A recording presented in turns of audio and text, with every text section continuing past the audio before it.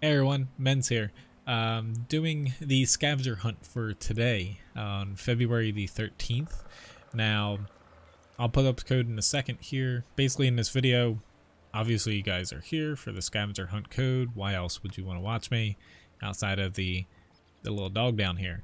But anyway, just going to talk really quick about what I think are, as far as the one in my garage, the tanks that I think work best in Frontline, just in a quick breakdown, and also a couple little tips about playing Frontline. But you can always pop into my live streams. I will be live both Wednesday morning and evening today, and also most likely Thursday night here, just playing Frontline. If you have any questions, pop in and take a look as I kind of grind away trying to prestige, albeit I'm pretty close to reaching level 30 here, just after really just one full stream of it. But anyway, the code for today is right above me here. Basically Wednesday's code is right up there, and also I'll basically go through some tanks real fast here, kind of the best picks. Not going to go into too much detail as far as why.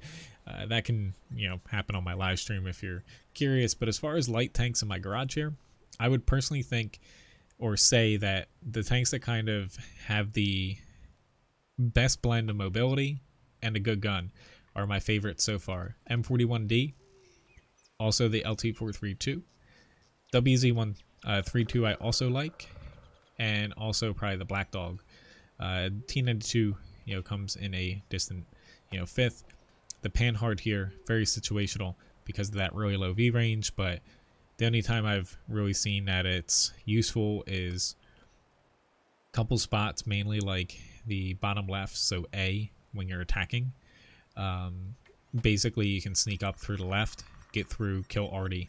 There's a lot of open ground for you to harass people. Outside of that, those are my favorites. Medium tanks, I kind of think for mediums you have to go either direction as far as accuracy and kind of mobility, or a little bit slower but a little decent armor.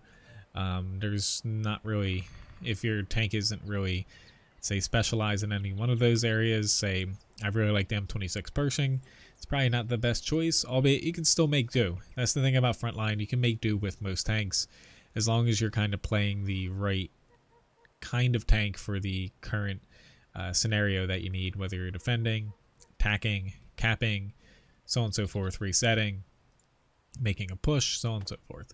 But anyway, my best mediums I think in my garage here, T54 first prototype, T44, Centurion 5 or the Centurion MK1, and also by extension the Primo Victoria, Lorraine 40T, Type 59 I'm going to pass on, but the T34-3 I found like with the T54 mod 1, it's kind of decent. Like the gun isn't that bad as far as having the low penetration it usually does, where you kind of can play as like a little pocket heavy sometimes.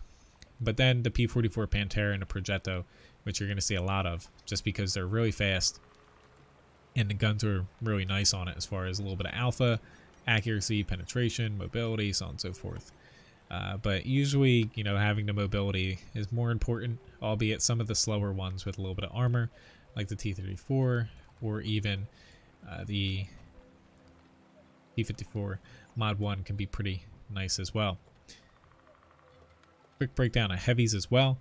When it comes to heavies, I like flexible heavies for Frontline, albeit I will basically be throwing some in that you'll be like, okay, they're not that flexible. They're basically just meant for capping for the most part. When you're defending, to be honest, like not to say don't play basically heavy tanks defending, but with the way that caps work, like unless so if you put engineering, which you can't see it because duh, I'm not in Frontline. If you put engineering on, it can help you block people capping. Outside of having that on, when it comes to resetting caps, a lot of times just prevent the enemy from getting on the cap, and if they're already on there, like a heavy tank is not going to do you much as far as being able to stay there. You have to kill them.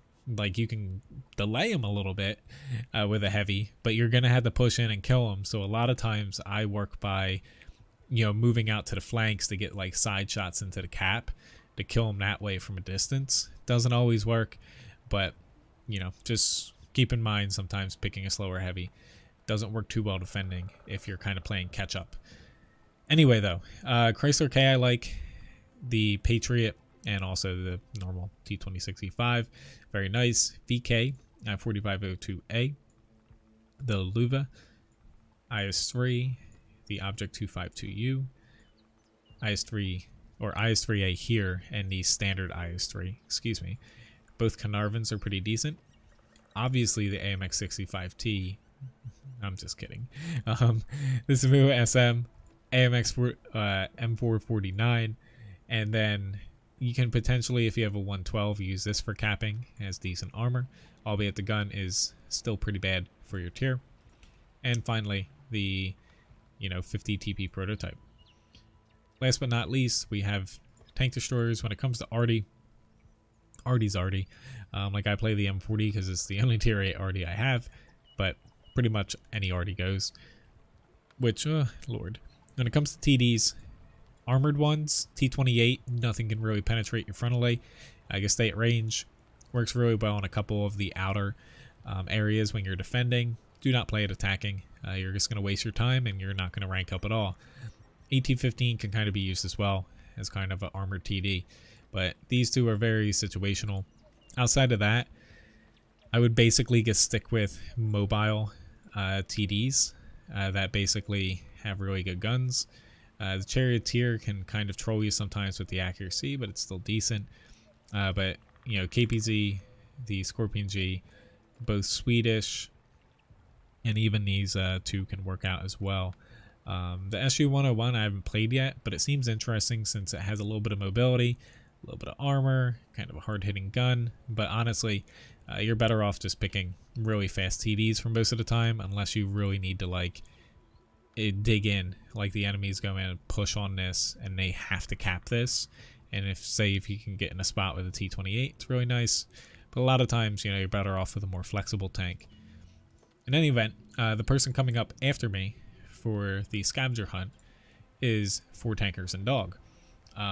He will be going on Thursday, and he will be releasing his code on Twitch, on his Twitch channels there 4 Tankers Live. From my understanding, around 9 a.m. Central Time. He also has a YouTube channel. Not sure if his video will get released on there. We'll find out. But that is the person coming, after me, 4 Tankers and Dog, tomorrow for the NA February scavenger hunt for that code. Last but not least here, now that we got through what most people are coming here for, one last little tip about Frontline. I see a lot of people kind of bring up. So a lot of why people are playing Frontline, and myself, is this little thing right here as far as leveling up to 30 as far as your tier goes. You get a little rewards for leveling up, obviously, and the main thing is trying to prestige, because prestiging, you can get rewards, mainly like the Emil 1951 and this really, secretive tank that nobody knows what it is. So one thing to note, like outside of, okay, there we go. Didn't want to click there for a second. Outside of leveling up, obviously, you can basically use your combat reserves and level them up, which is really important to put them on tanks that'll use them the most, and not put engineering on a light tank like I was doing last night. But the thing about Frontline is leveling up. So win or lose, you're going to get basically the same amount of Frontline experience depending on your rank. So you get rewarded for playing the objectives a lot, like capping, resetting the caps, stuff like that is really important as far as ranking up. However, you can do it via raw damage, albeit you're going to need 11, 12,000 if you're not playing any objectives. Throw a cap in there, especially in the beginning. You can cap in mediums and lights and stuff and possibly rank up all the way. But regardless, you know, it's playing a blend between basically playing for yourself to try to rank up, but also playing for the objective at the same time.